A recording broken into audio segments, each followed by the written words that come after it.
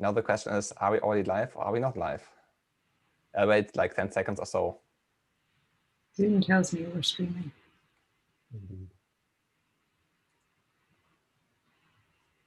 Okay, I think we are live now. So welcome everybody to this week's episode of Ask an Astronomer. We are 3 PhD students from the Institute of Astronomy at the University of Cambridge, and we're here to answer all your questions that you might have about astronomy, science, universe, or just talk about anything that's kind of interesting to you.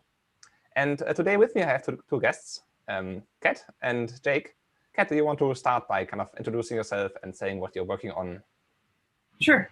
So my name's Kat. I am a third year PhD student at the Institute of Astronomy, and I work on trying to simulate what happens when small objects, so things like asteroids and comets, hit the atmospheres of planets a bit like the Earth. So seeing kind of what they do to the atmosphere, can they get rid of it, can they deliver materials, also what they do to water on the surface. Okay, and our other guest, Jake, do you also want to give us the brief introduction?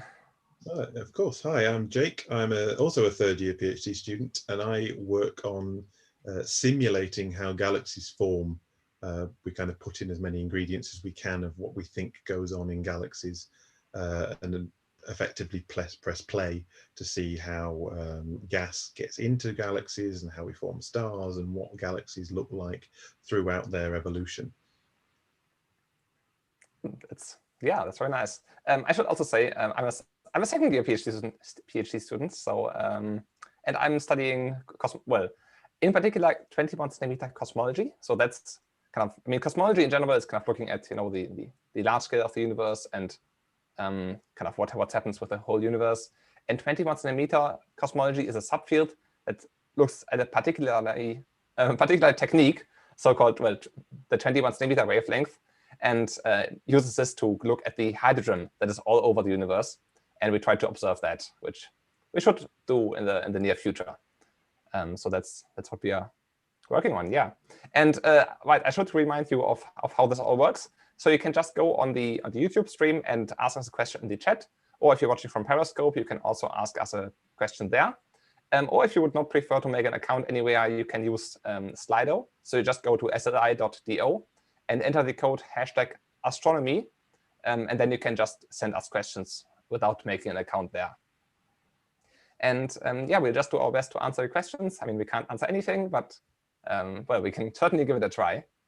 And while you're hopefully busy typing some questions, we'll just go and take some of the ones from last times that we didn't get to answer all. So let me just scroll down here and see what we didn't have. Okay, we have one about quantum fluctuations. Can quantum fluctuations, if given enough time, do anything by chance? Who wants to go and maybe explain a bit what quantum fluctuations are? And tell me then if they can do anything. I'm going to pass this back to the more cosmological people. And I think probably as closest to the cosmologists of the room. Of course. Yeah. So what happens basically in the universe at all times, everywhere, is that on very small scales, matter and energy can be kind of created out of nothing and disappear again. So that's basically a particle physics effect, that even if you have a vacuum with nothing in it, you can, in a kind of limit that's given by the Heisenberg's uncertainty relation, you can for a very short time kind of borrow, you could say, energy from the universe, create, say, an antiparticle and a particle, and then the two could disappear again. And this is kind of what's called quantum fluctuation usually. And in the everyday universe, it doesn't have much effect because, of course, this happens only on very small scales. And the nature of these things, of course, is random. So I guess technically it could do anything. So you could create any kind of particles. I think you would have to conserve kind of charge and things like that. So if you would want to create something complicated, you would have to also create the corresponding antiparticles. So I guess with an incredibly disappearingly low probability, you could create kind of a human and the anti-human, and then they would kind of annihilate. But basically, in practice, everything that's more than a few particles you won't get. this would just be an incredible coincidence that just doesn't happen in practice. Actually, one point where these fluctuations are relevant are in the very, very early universe. So kind of just during the inflation. So, okay, I should kind of give you a brief summary what happens at the beginning of the universe. And also let me show this slide here. So in the very early universe, it expands really, really fast because there's a lot of, okay, we say there is some kind of, some fluid in there that we call it, well, don't worry about it. Don't worry about the details. Basically, the universe expands exponentially in a fraction of a second. In a second, it expands by an incredible amount, like many, many times its original size. And when during this time, you get quantum fluctuations, so like super tiny fluctuations that should just disappear a second later, that can be kind of blown up by this process and be actually really large. And in fact, all these kind of warm and hot spots we see on the cosmic microwave background, or in a sense also kind of the galaxies and clusters of galaxies we see today, all get kind of seeded by these random fluctuations at the beginning of the life of the universe. So they can't, like quantum fluctuations just can't, like they don't in practice in everyday life or in today's universe create anything, but in a certain way at inflation they gave the seeds for the whole universe, or for what became the universe in the so yeah, that's quite a nice question. Let me check the Slido as well. Oh, we got a question on Periscope. Thank you, Paul, for the question. Is a huge radio telescope better than a bunch of small ones separated by distance? That's a very nice question, and I think there's probably a different answer depending on what exactly you want to do. Jake, do you want Jake, do you want to discuss this, or should I? I can have a quick go and then you can correct me perhaps. I'm not an observer particularly, but I think it depends on what you want to do. Because, for example, as I'm sure Stefan may mention in a moment, if you want to look really at the entire sky, at a kind of signal that exists across the entire sky, you can kind of do that a lot of the time with one little telescope, radio telescope. But if you want to kind of look at fine details of things, you need much bigger ones.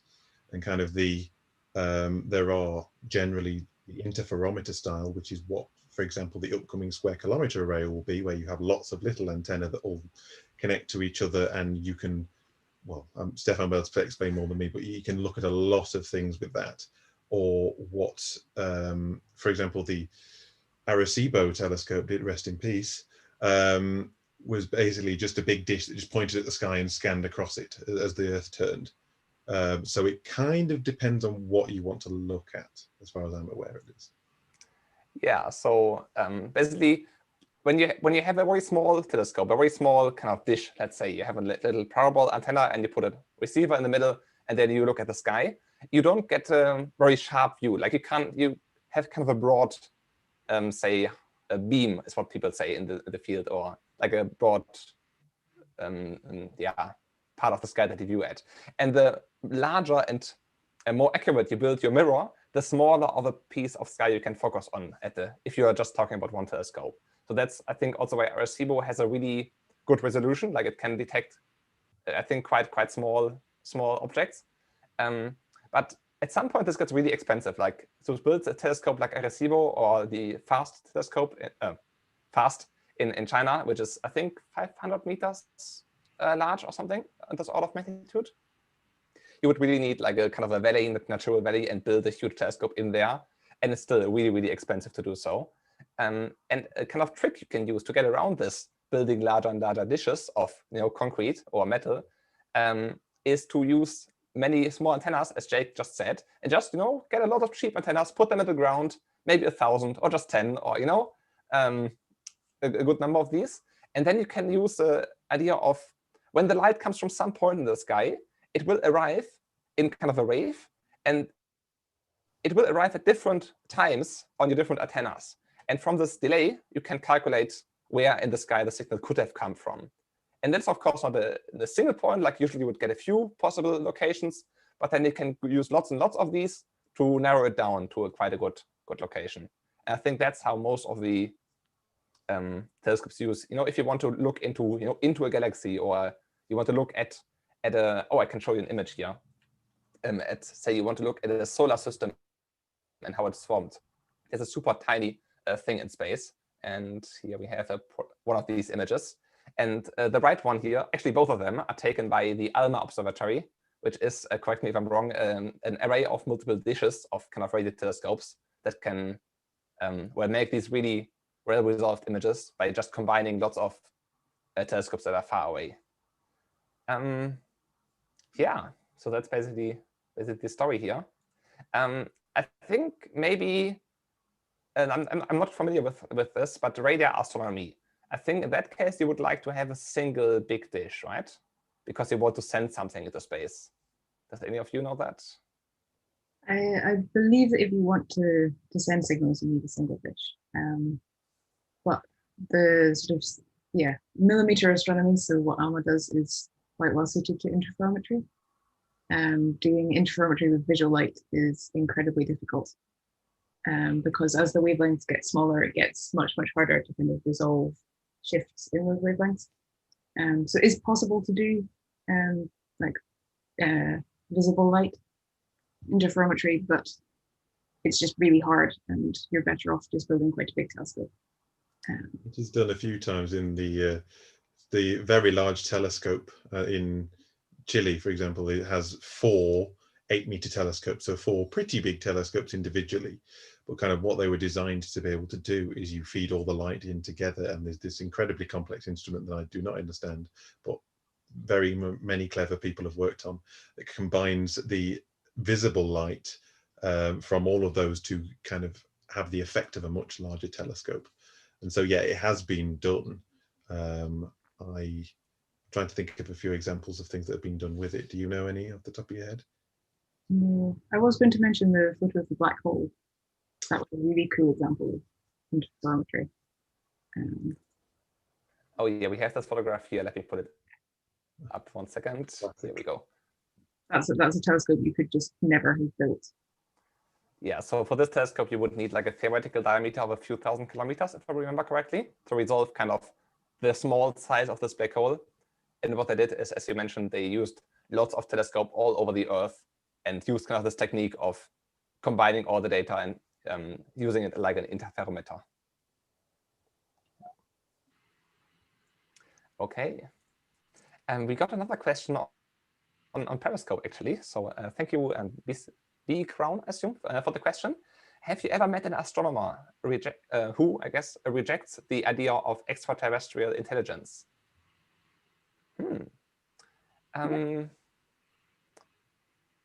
Who rejects it outright, as in it will not have happened, will not be happening anymore? I think. Yeah, go ahead.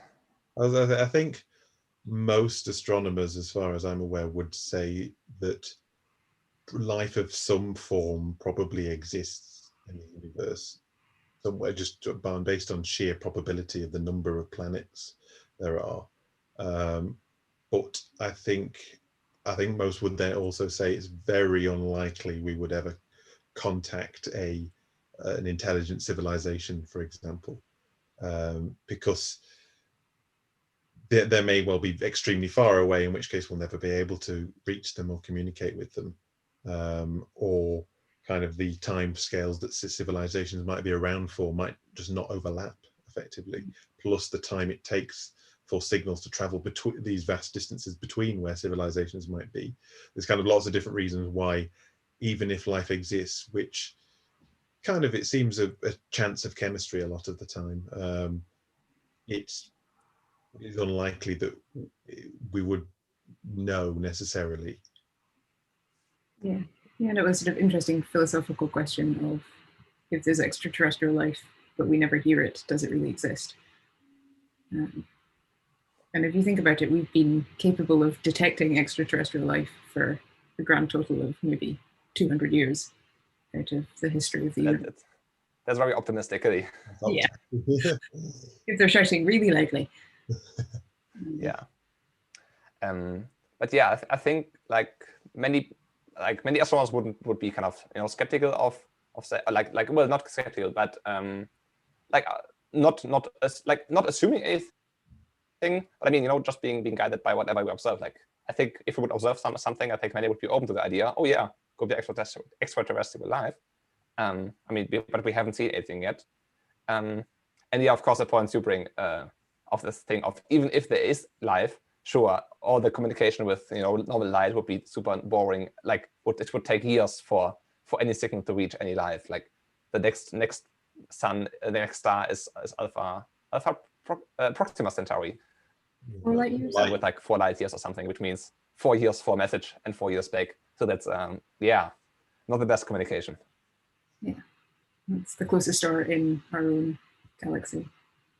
I think one of the potentially interesting prospects would be in the future is if we discovered kind of microbial life on Mars, or the previous existence of microbial life on Mars, or in the oceans of Europa, one of Jupiter's moons, or in Enceladus around Saturn, for example.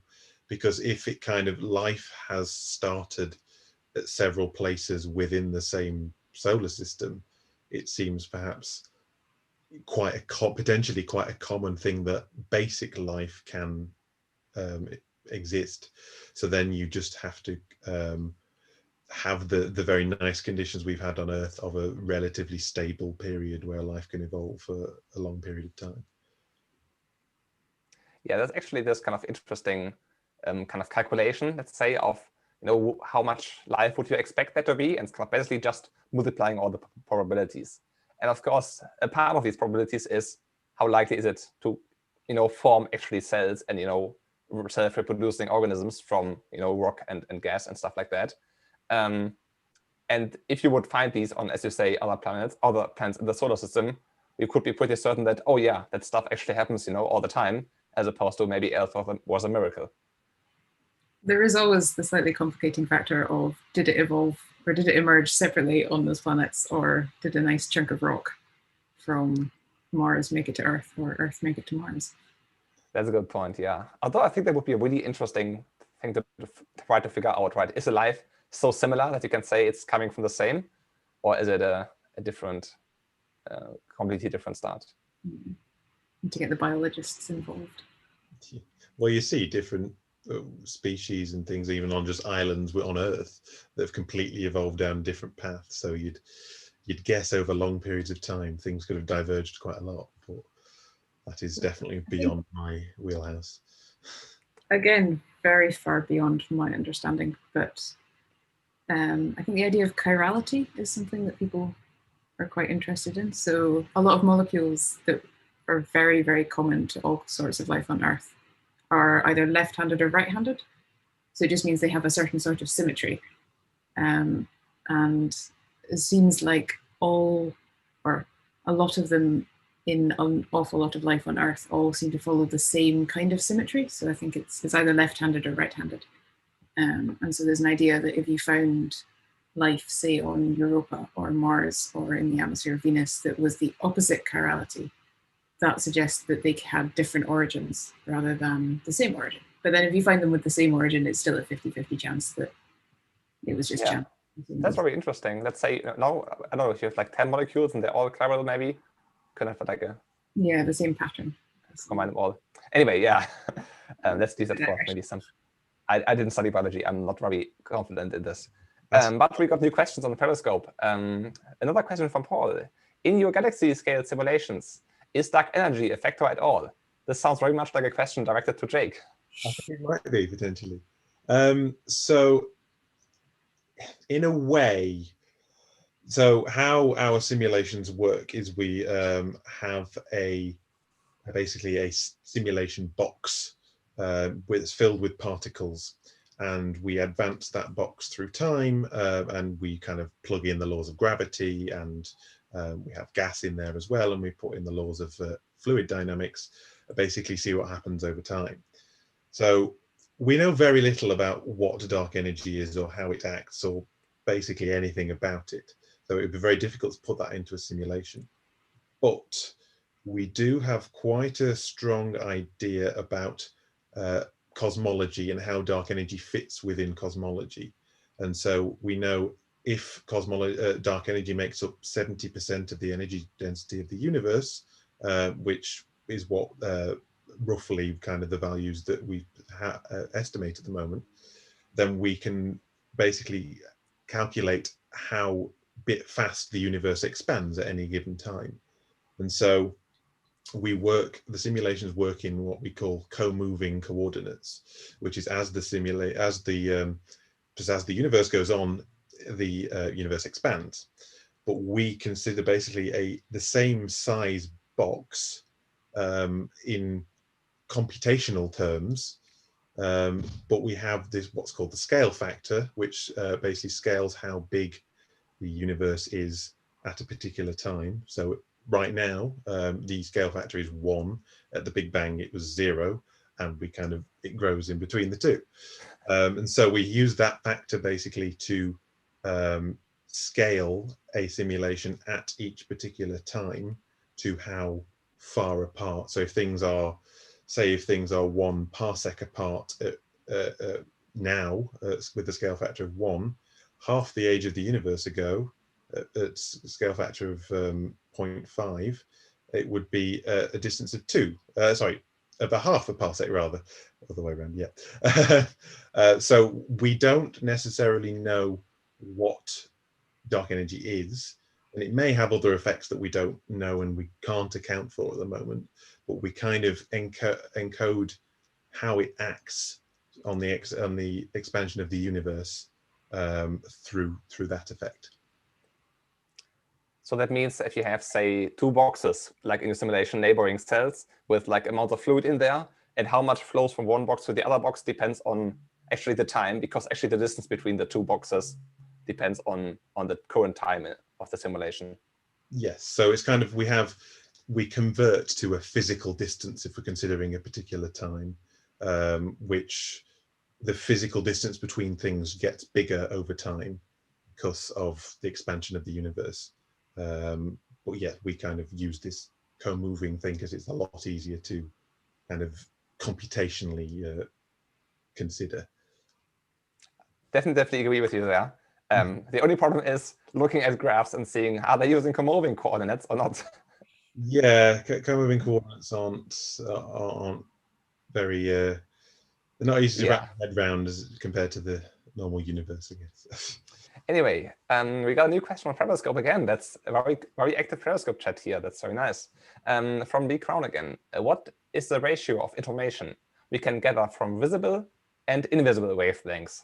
So I guess you mean kind of visible light, the usual wavelength, and everything else. And it's actually a really interesting question. I wondered about this before, because like there's so many telescopes we build that are like visible light, compared to the few, X-ray telescopes, that one or few gamma ray ones, and well, a couple of radio ones. Surely it depends what you're looking at. Yeah, I think so. I think one of the particularly exciting things that has become more interesting more recently is what people call multi-messenger and multi-wavelength observations, is because you look at one object, whether it be a star or a galaxy or whatever, you look at it at one wavelength, you go, okay, that's interesting. The light that it emits in the visible wavelength, for example, might be to do with the stars in the galaxy, usually is what that happens. If you look at it in X-ray, you might see kind of some of the hot gas that exists in galaxies too. And so it kind of, I wouldn't say one is more important than the other. They're all parts of the same picture. But the good thing about different wavelengths of light is that you can pick out different features of not just galaxies, of anything, depending on what kind of, well, it depends on energy scale as far as I'm aware. Basically, if you've got things that are very highly energetic, then you get highly energetic light coming from them, like gamma rays or X-rays. If they're lower energy, you get things like radio waves or microwaves. So it lets you look across, using the whole spectrum lets you kind of look at a lot of different features of even the same object, which I think is what kind of is particularly useful at the moment. I think I have a picture here from the sun, which is the left one is taken in kind of normal optical wavelengths, so just normal visible light, while the right one is in UV, so ultraviolet light, so kind of a bit of the higher energy. And I guess you can see, like, I'm not an expert on the sun, so that's not my topic, but you certainly can see different features of the same body using, as you just said, the different just or wavelengths. So that makes, yeah, that's, if I can jump in and yeah, say something about the small bodies in the universe. You can do exactly the same thing with stellar systems. So quite often, like the photos you see of exoplanets are artist impressions. And what we see when we look at an exoplanetary system is usually a single pixel. And so all the information, you do get no spatial information at all. So all the information you get is either by looking at it over a long period of time or looking at it in different wavelengths. And so one of the really cool things you can do with this is you can tell if there's dust around other stars. So if you look in the visible light, it's dominated by whatever the star is doing, because the star is super hot, and so it emits in kind of ultraviolet visible wavelengths. But then if you look at the sort of the cooler things, so these are lower energy types of light, they tend to be emitted by the cooler objects in the system, which is quite often, say, a belt of dust around the star. So you can look at stars and discover things that we call debris disks, which are basically things a bit like our asteroid belt or the Kuiper belt. So just belts of small objects around the star. But because they are much cooler than the star, they radiate in the infrared rather than the visible. And so you can see them as a sort of bump on the spectra of the star, which is just kind of incredible that you can see something that small, that far away, and then work out properties like how much dust do you think there is. Yeah, that's very nice. I think so. Can I try to come back to answer your original question for kind of the, like, how much information you really can get? I think it also is strongly influenced by how good our images are, and kind of if you would try to make an image in, say, gamma rays or highly energetic rays of some object, there are just so few of these particles you can't make a good image. Like if you would try to make a gamma ray image of the sky, you would see a few blobs. Like I think I saw a gamma ray image of the galaxy where you can see a bit, but it's quite hard because there are just not that many photons, or we cannot just detect them that well. While if you say, look at visible lights, we have, we can build lenses out of glass, like we know how to do that. It's super easy. Compare this to X-ray, where you have to like build really weird lenses, like in order to kind of try to move X-rays from your telescopes to the detector. So in that case, for example, like I think with visible or kind of similar, like infrared, UV light, you get in many cases kind of the most, like it's much easier to collect lots of information in that sense. I guess radio is also quite good these days, but yeah. And also you could do radio from the ground and in the daytime, which is quite nice. That's a good point, yes. Especially for some things when you need to go to space, like I think for gamma rays you basically need to go to space, because otherwise it will just scatter, like make a shower in the atmosphere and you have no idea where they came from. So you get to go to space, which means it's expensive and you can only have a few of these telescopes out there. So yeah. In size as well at that point, because you've got to get them up there. Oh yeah.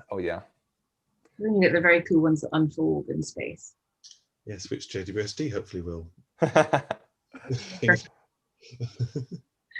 Yeah.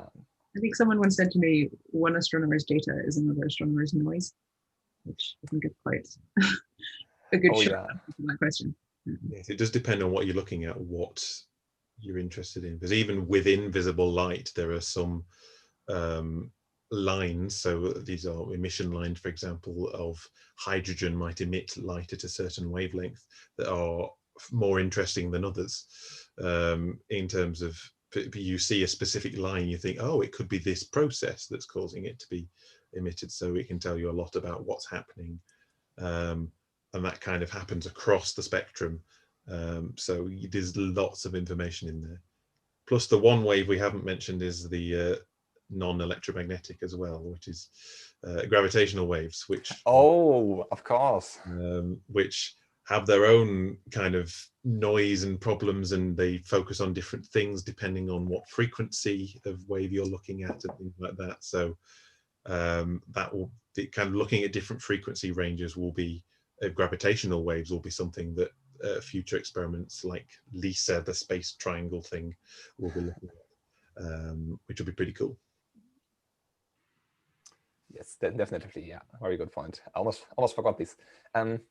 Okay, I got one question from one of the last ones. Is it true that our galaxy is one of the original members of the universe? I guess the question is kind of referring to kind of galaxies. I mean, basically all the kind of, so basically the universe is not kind of just a homogeneous, flat, homogeneous thing, but it has like perturbations. It has some parts where it's denser. These, become galaxies and stars and all this stuff. And parts where it's less dense than usual. These become kind of big voids in the universe where there's just nothing. And basically all the kind of, like, if the universe would have been perfectly flat, not flat, sorry, homogeneous, kind of, with no, disturbances at the beginning, and there wouldn't have been any galaxies. But as we said, kind of at the beginning of the live stream, there were kind of these quantum fluctuations, which gave you initially some perturbations, some places where it was a bit more matter and a bit less matter. And these then kind of over time collapsed into kind of smaller and smaller bodies. And then I think there's like a process where I'm not sure with the details, like how this one blob collapses into many, many different smaller blobs. Maybe Jake knows this better than me. But basically, all these kind of overdensities collapse into galaxies and galaxy clusters and eventually stars and form, well, also our galaxy, I assume.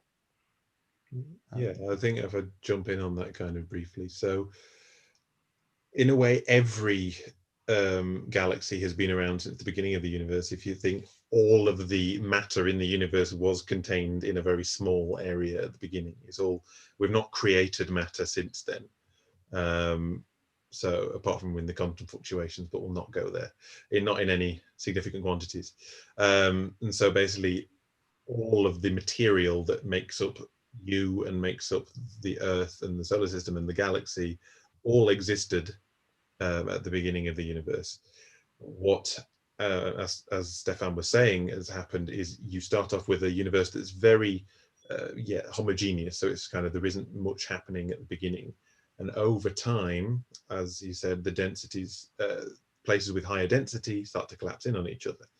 What you end up with is generally the really densest bits collapse first, and they start to form smaller galaxies as they are, which then continue to grow throughout time.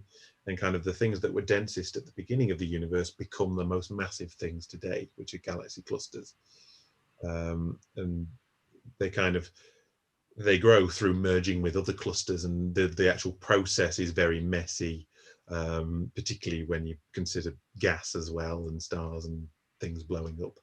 But the general process is that the most massive things today formed most recently, if that makes sense. So they started forming earlier, but they kind of are still growing today. Galaxy clusters are still growing today. Whereas some of the smaller galaxies and dwarf galaxies tend not to be growing as much anymore. Yes, well, the Milky Way was one of the original galaxies, I guess, because all of them were. But when it actually formed, that's an ongoing and interesting question, I think. It's been around a while, I think, or at least bits of it have. But the Milky Way as well has had things hit it and mergers and various things, and kind of discovering how the Milky Way was built is quite an active area of research. Yeah. First, galaxies or stars? Pardon? Which came first, galaxies or stars? That is an interesting thought. So, to form stars, perhaps counterintuitively, you need cold gas, because you need gas to be able to cool and condense, because cold stuff condenses. So you need to have cold gas. Early on in the universe, all the gas was hot and gradually cooled over time. But when you get gas closer together at higher densities, it is more efficient at cooling and can cool faster. So you have to form a halo first to then form stars. But that what we call a halo isn't necessarily a galaxy yet. What we think of as a galaxy now is made up of lots of stars, so that comes a bit later, I guess. So there's kind of a three-step thing. You form these little, basically just gravitationally bound things of dark matter and gas, which then form stars.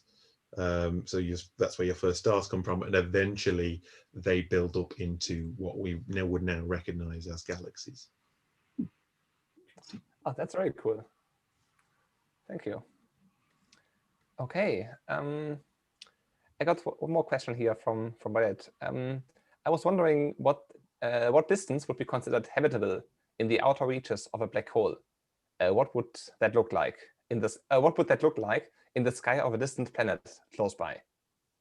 So where do we want to place our planet around our black hole in order to be habitable? I guess we need a bit of a heat source in some way. So yeah, this depends on what you mean by habitable.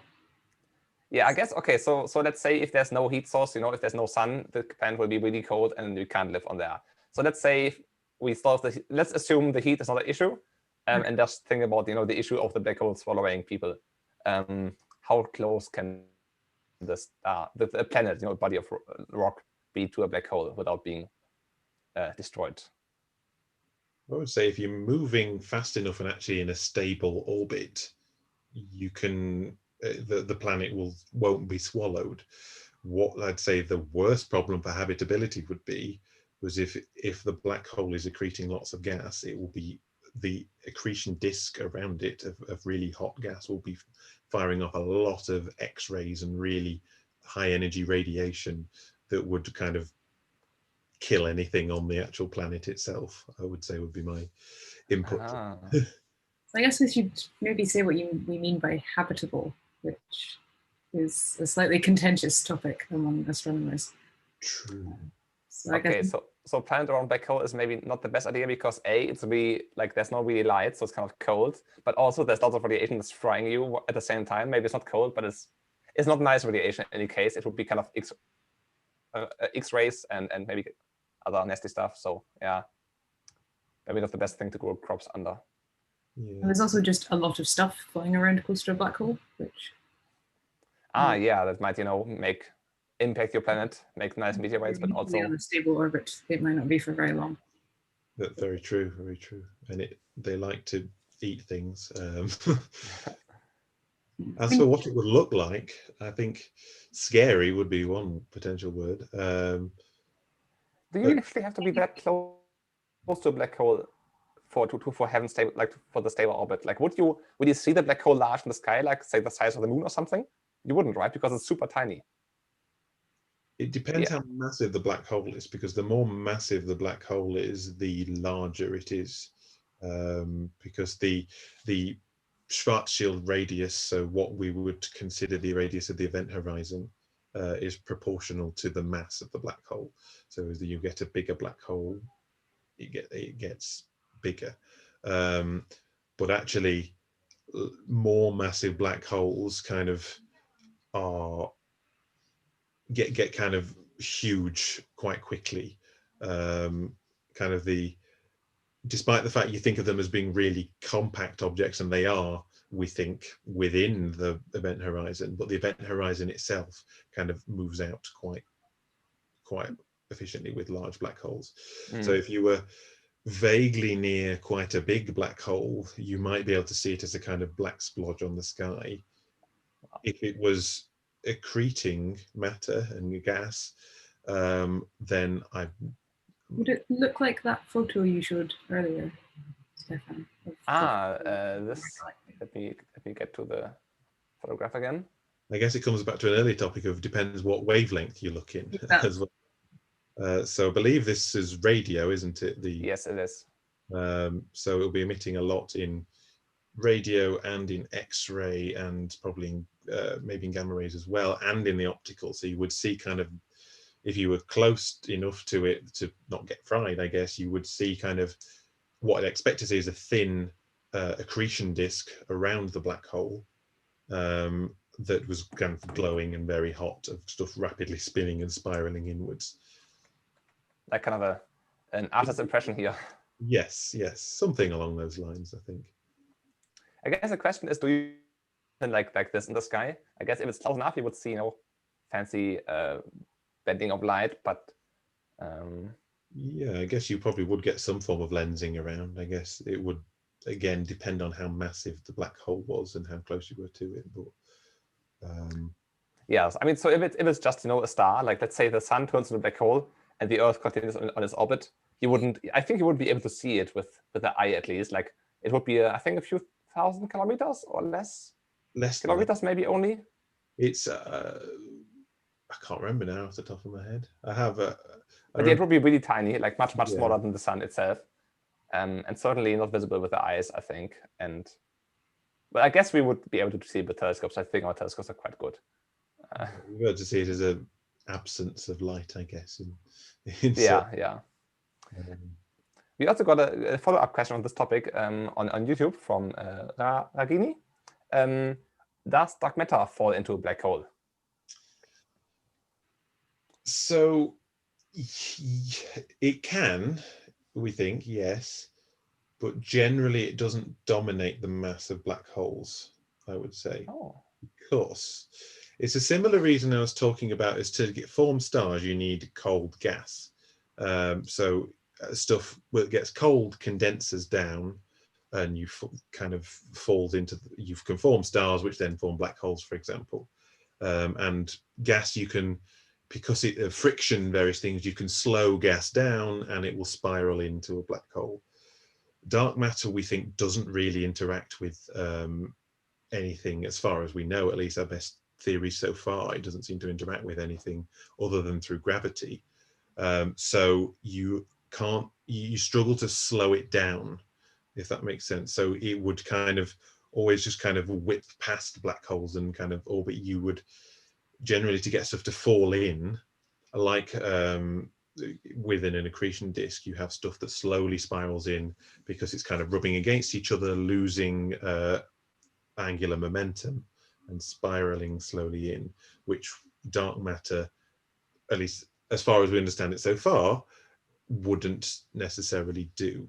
But of course, if I'm going to say a dark matter particle, as if we know that's what it is, but if dark matter is particles, for example, and they just kind of flew into a black hole, they also couldn't escape, because again, as far as we know, well, nothing can travel faster than the speed of light, so nothing can escape from a black hole. So that would be added to the mass of the black hole. But it is more difficult to get dark matter into a black hole than it would be for gas. So basically the black hole, you know, flies through space and, you know, does a bit of vacuum cleaner and cleans up all the dark matter on its path, but it doesn't really accrete it like it would accrete, you know, gas, because it can't slow down. That's nice. Yep. Okay. And actually, I think this whole, it's really hard to fall into things, is kind of a difficult problem also for, you know, spacecraft. If you want to land a spacecraft on some planet instead of, you know, flying around it, or if you want to send a probe into the sun, it's actually quite hard to hit the sun. You have to like brake, like stop yourself from flying around the sun. So yeah, that's an interesting problem. It's the same for getting to things close to the sun. So the Bepi Colombo that went to Mercury took a surprisingly long time to get there. Oh, okay. You have to do like 2 flybys of Earth and like 2 of Venus, and so it's an incredible map, the way it moves through space. Yeah. But you don't want to accidentally throw your probe into the sun if you're. Newton's first law is difficult. It's if you're in space, it's tricky to stop. Yeah. Okay, we talked about black holes for quite a while. Kat, do you want to maybe tell us a bit about your things? And what about atmospheres of planets? Why do we have an atmosphere, and why is it still there? Oh, good question.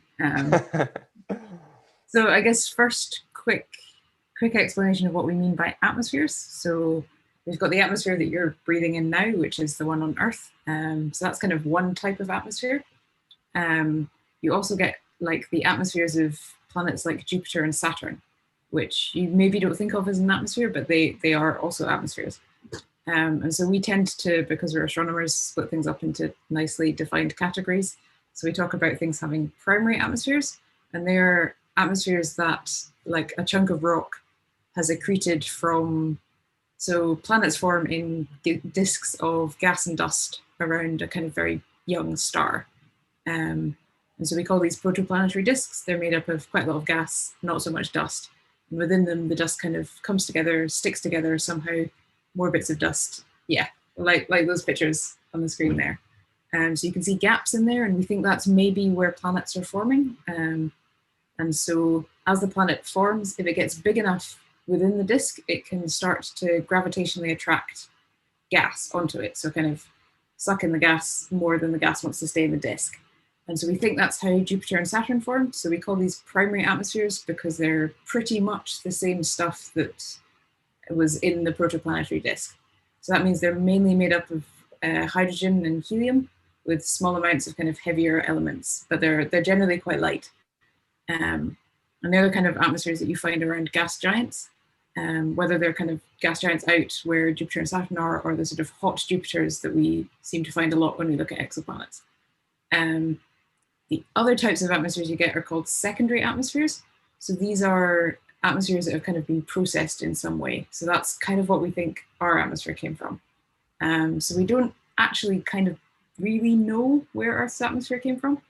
But the best guess is that when all the rocks that made up Earth kind of came together and stuck together to form the Earth, that's quite an energetic process. And so it heats up those rocks, which means that any kind of, we call them volatiles, so things like nitrogen, oxygen, and sulfur in the rocks could be outgassed, so kind of released from the rocks as gas. And if your sort of initial rock is big enough, then it can hold on to those gases. So the closer you are to the sun, the easier it is to get your initial atmosphere kind of stripped away by all the energy coming off the sun. So you can get rid of all your hydrogen and helium. And then when things have calmed down a bit and the sun is maybe less active, so stars get kind of less active in X-rays and UV as they get older.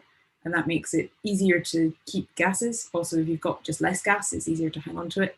And so that's how you form kind of the secondary atmospheres that we think you see around planets like the Earth and Venus and maybe Mars in the past. And then there's all sorts of other very complicated things, like what happens when you hit your baby planet with another baby planet, and what happens if you have a magnetic field versus not a magnetic field, and what happens if you have plate tectonics versus no plate tectonics. And all of those are kind of potential explanations as to why Venus, Earth, and Mars, despite being quite similar and sort of fairly on the scale of exoplanets, all kind of roughly the same size in roughly the same place, you have a sort of horrible, toxic, massive, hot greenhouse atmosphere on Venus, a nice habitable nitrogen atmosphere on Earth, and then basically no atmosphere on Mars. Yeah. Yeah. Okay. We are just getting a few questions on YouTube, so we'll get to these all. And let's start with the one from Shibam. How close are we to discovering wormholes? Oh, good question. Probably not close. We don't know whether or not wormholes exist. We have no indication of a wormhole being anywhere. So maybe I should explain what we think of as a wormhole. So traditionally, kind of space is, a three-dimensional thing, and you can get from one point to another just by, going along a line from point A to point B. And the fastest you can get there is with the speed of light. But what you could imagine is that space is connected. Like it could be kind of curved in some way, and 2 points could be connected via a shorter route, even though the kind of normal route that you would see through the normal 3D space looks like a long way. And this kind of connection you could mathematically describe, and it has been kind of called wormhole. Like it's a kind of mathematical possibility. We don't know if it actually exists in space, but if it would, and then maybe theoretically you might be able to send some information through it, or send maybe even the spacecraft through the wormhole. But I think this is very, very sci-fi at the moment, and I'm also not at all an expert on weird things you can do with space-time, like wormholes. Unless anyone wants to give me more expertise here. I am not either. I think few people are at the moment. It would be very cool if they exist, but we have no evidence that they do currently. Yeah, so currently very far away from discovering one. It might be, that we accidentally suddenly find something but kind of by chance. But I think we looked at most of the things in the universe around us, and if it's not if it's kind of if it doesn't make itself known, then there is none. Sorry, if it's not kind of hidden and really hard to see, then we're quite sure that there is none around us, at least. The other question we got just now was, what is made the new research topics in astronomy and astrophysics? Yeah, what's currently the new topics, hot topics? I guess there was a bit of attention about, kind of astrochemistry and the Venus debate. Yeah, so this is astrobiology, astrochemistry, which is, I guess, in my corner of astrophysics, quite an exciting new thing. So this is looking at kind of taking biology as it's studied on Earth, but just applying it to space in general. So trying to work out, for example, whether or not there could be microbes living in the atmosphere of Venus, which is a potential explanation for why we have maybe seen phosphine in the atmosphere of Venus. So phosphine is a really toxic gas, but it is sometimes produced by bacteria. And so astrobiology, and also the concept of habitability on exoplanets. So what does it mean to be habitable? It's far more than just, can you have liquid water on your surface? It's sort of how long can you have liquid water for, and how much X-rays do you have raining down on your planet, and kind of, do you have the right soil? Do you have the right microbes, or sort of microbial building blocks, so the specific elements you need in the right amounts? So that's a very interesting topic in, I guess, planetary science. Yeah, I mean, also the usual new topics kind of are always the kind of new and hot observation methods. I mean, gravitational waves are still quite the hot topic right now. 20 centimeter cosmology maybe as well, because it was really hard to observe, and this let's say optimistically, oh wait, this decade does it end in a few days, or does it start in a few days? Anyway, in the next few years, we might be able to observe the signal really well, and this is probably also quite a nice topic. Totally not biased because I'm in this in this field. Yeah. When JWST launches, there'll be lots of exciting new science coming from that. Oh yes. Research topic: James Webb Space Telescope. Yeah. Lots of really cool stuff and new stuff that can do both on small scales, looking at exoplanets, for example, and their atmospheres, or on large scales, looking really far back and early on in the universe to see how the first galaxies started to form. So yeah, there's lots of cool things you can do with that. Astronomy is a lot of the time driven by data and what the new exciting observations that you can make, and there's, over the next decade, I think we're quite spoilt with some of the things that are coming online in every wavelength. There's the Square Kilometre Array in radio, there's plans for GRISM and Athena in the X-ray, there's JWST in the infrared, and the ELT at some point in the optical. There's something exciting in most fields. And there's also there's also sort of looking away from just light as the source of data. So there's plans to send a lander to Europa. It's the Dragonfly project, which is going to tell us a lot more about the atmosphere and the surface and potentially the oceans on Europa. And I think have got or are very soon going to get the first moon rocks since the 1970s, which is also really interesting in terms of kind of our own solar system, but also then extrapolating out to the wider universe, which is very cool. Okay, we got just got a question on YouTube again for the, I guess, more practical astronomers among us. Will we observe a total conjunction of all the planets in the solar system in the near future?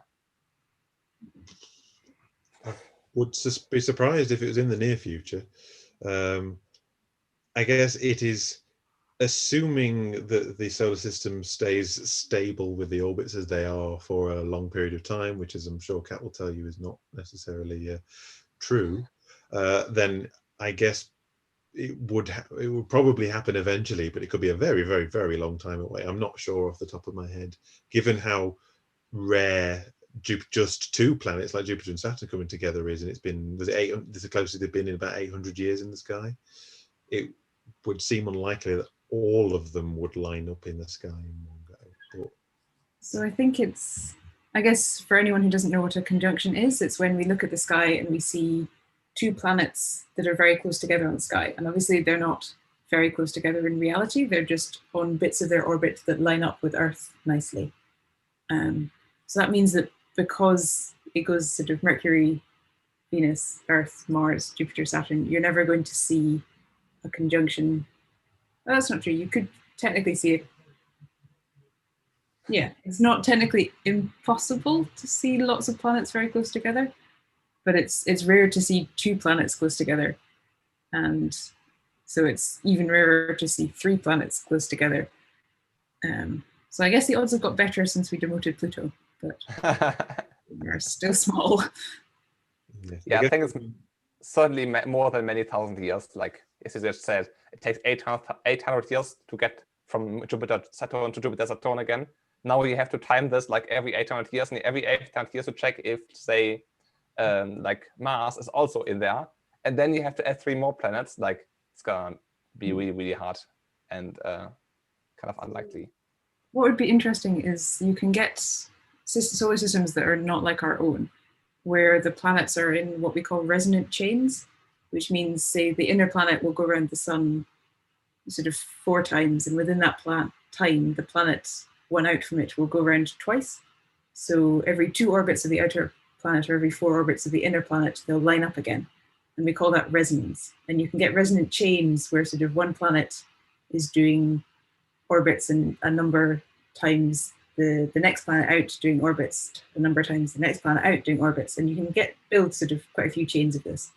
And so if you were in a system that looked like that, you could see conjunctions very, very often if everything kind of was resonant in the right way.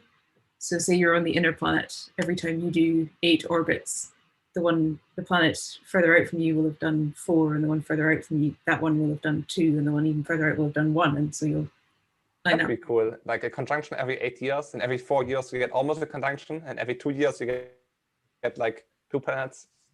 That's nice. I guess the issue with that would be because one of the things that orbital resonance happens as they all line up, they kind of get an extra kick from the outer planets pulling the inner ones out, and so that probably wouldn't last for too long because it's not it's kind of a stable configuration, I guess.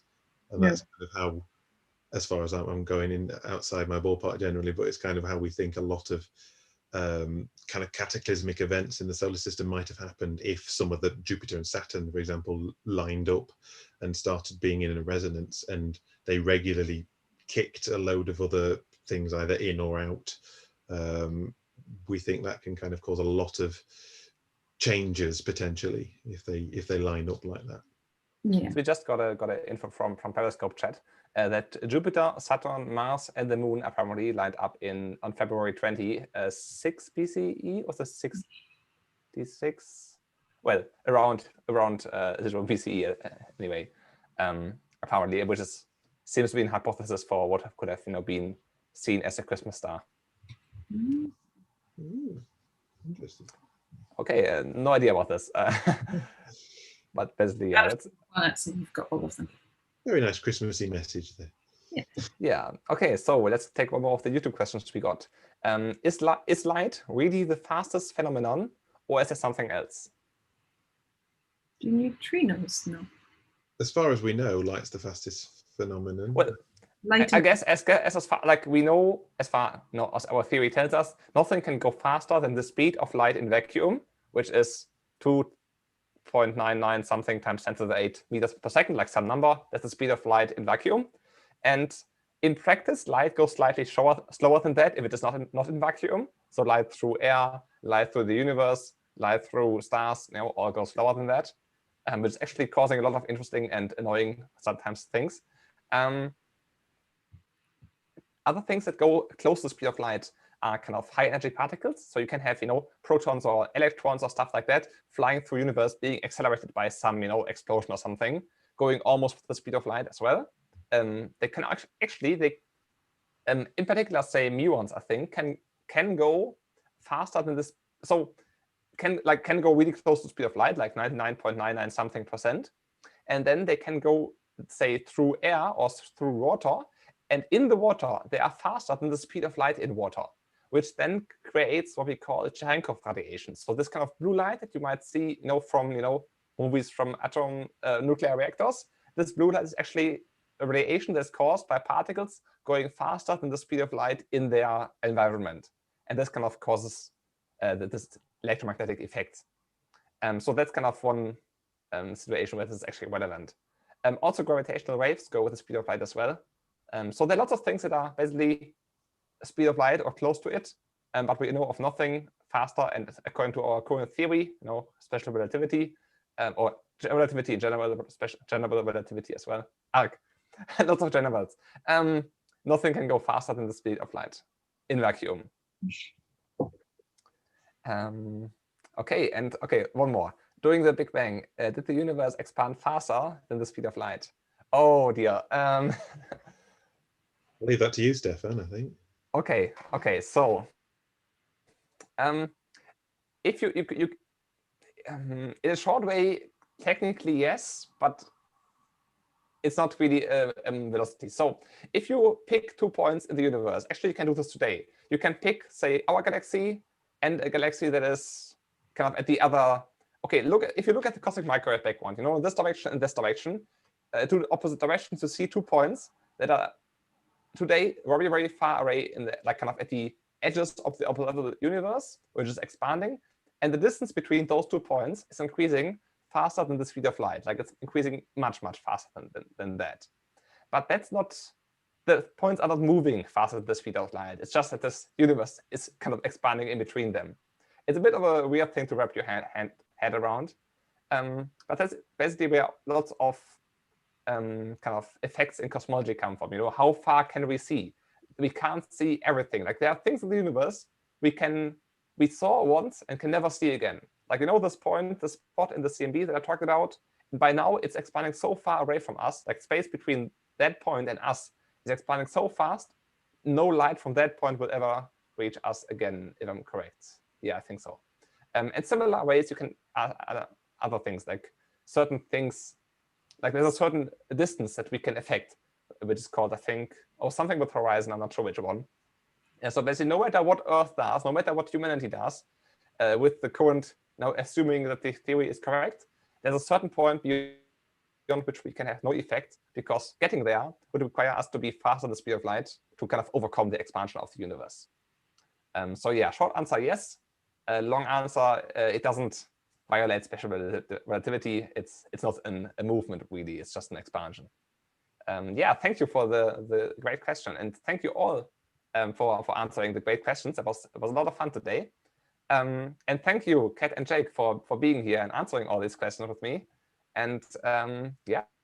Thanks for having us. Thank you all for watching. And we'll see you in the new year, hopefully. And have a nice evening, everyone. Bye.